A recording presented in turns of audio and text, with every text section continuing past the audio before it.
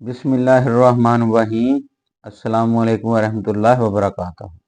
میں ہوں ندیم عالم، آپ دیکھ رہے ہیں میرا یوٹیوب چینل میری زبان۔ میرے اللہ کی شان یہ ہے کہ جب وہ کسی چیز کا ارادہ فرماتے ہیں کہ ہو جا تو ہو جاتی ہے۔ میرا اللہ ہی بہترین دوست ہے اور وہی ہے بہترین مددگار۔ آج ملک میں تقریباً 3 میجر ڈیولپمنٹ ہوئی ہے، جس کی وجہ سے سمجھ لیں کہ ملک میں سیاسی طور پر بھونچال آ گیا ہے۔ ایک تو ایچسن کالج کا جو پرنسپل صاحب ہے انہوں نے استعفیٰ دے دیا ہے، آپ لوگوں کو پتہ چل ہی گیا ہوگا۔ دوسرا بشرا بی بی کا بیان ہے جو ڈیلا جیل میں انہوں نے دیا ہے، اور آخر میں جو 6 جج ہیں اسلام آباد ہائی کورٹ کے، انہوں نے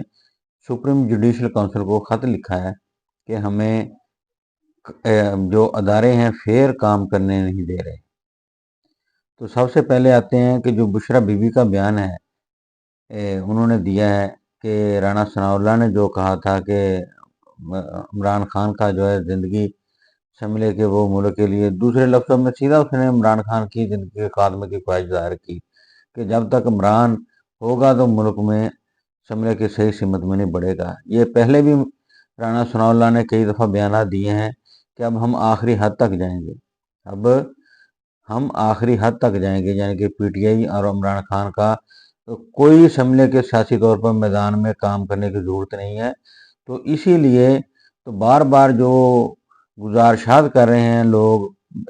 پاکستان میں کہ جو 8 مئی اور 9 مئی کے واقعے ہیں، ان میں آپ جب بھی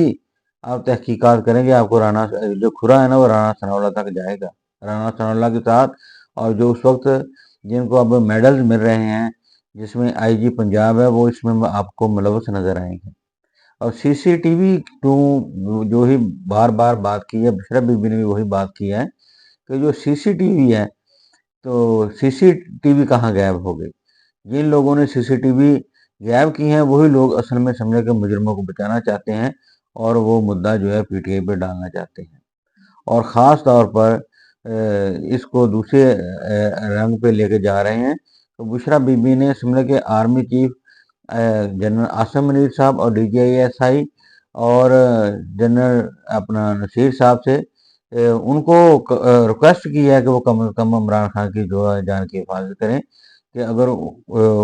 کسی نے کچھ کر دیا تو لا محالہ تو جو حالات ہیں وہ کشیدہ ہو جائیں گے، اور یہ کم از کم آرمی چیف اور ہماری جو فوج ہے اور اس کا عوام کیا پہلے ہی جو میں بار بار کہہ رہا ہوں کہ قریب آنے کی ضرورت ہے، جو خلا بڑھ گیا ہے تو اس سے حالات مزید پیچیدہ ہو جائیں گے۔ تو ایسے لوگوں کو کم از کم رانا ثناء اللہ کے اس بیان پر ہماری اسٹیبلشمنٹ اور عدلیہ کو سختی سے نوٹس لینا چاہیے۔ اور آگے ایچسن کالج میں گورنر کے ساتھ کافی جو پرنسپل صاحب ہیں اس کے، کیونکہ وہ کہہ رہے ہیں کہ میرٹ کی دھجیاں اڑا رہے ہیں جو گورنر صاحب ہیں، اور آہ چیمہ کے جو بچہ ہے اس کی سمجھے کہ فیس معاف، سب سے ایک لمبی لسٹ ہے کہ اس قسم کے جو لوگ ہیں ایلٹ کے لوگ ہیں، سمجھے کہ اشرافیہ بھی نہیں کہنا چاہیے، عمرہ جو لوگ ہیں اربوں روپے جن کی پراپرٹی ہے، ملک کا کھا کھا کے پہلے ہی بیڑا گرک کر دیا ہے ان لوگوں نے، تو کیا یہ لوگ فیس بھی جمع نہیں کروا سکتے؟ یہ سمجھے کیا ہے اپنے آپ کو؟ وہ خدا کے لیے کم از کم ملک کی حالت پر رحم کریں، اور اس قسم کے جو ہتھ کنڈے ہیں نا وہ نہ انہی حرکتوں کی وجہ سے تو عام لوگ پہلے ہی آپ لوگوں سے متنفر ہیں، اور ایسے ہی لوگوں کو آپ لوگوں نے پھر آگے کر دیا ہے، کیونکہ کہتے ہیں نا فطرت ہے ان لوگوں کی، فطرت یہ بالکل ٹھیک ہو ہی نہیں سکتے، جو مرضی کر لیں، یہ ان کا کام ہی ہے کہ ملک کو لوٹنا کھسوٹنا اور پھر جا کے بیرون ملک میں اثاثے بنانا اور شفٹ ہو جانا۔ اور جو سب سے بڑی ڈیولپمنٹ ہوئی ہے، جو کمال ہی کر دیا کہ جو 6 جج ہیں، 8 جج اسلام آباد ہائی کورٹ میں سے 6 ججوں نے باقاعدہ سمجھے کہ سپریم جوڈیشل کونسل کو خط لکھ دیا ہے کہ جو ہمیں آزادانہ طور پہ کام نہیں کرنے دے رہے ادارے، تو ہم بے بس ہیں، لاچار ہیں، جس کی وجہ سے سمجھے کہ جو عدلیہ ہے وہ بالکل ہی سمجھے کہ بے بس کی تصویر بن گئی ہے۔ اب دیکھنا ہے کہ قاضی فاضل صاحب کیا کریں گے، اور مین بات یہ ہے کہ جو بتانے کی کوشش نہیں کر رہا، یہ اس کا مطلب یہ 6 ججوں پر تو پریشر ہے، تو جو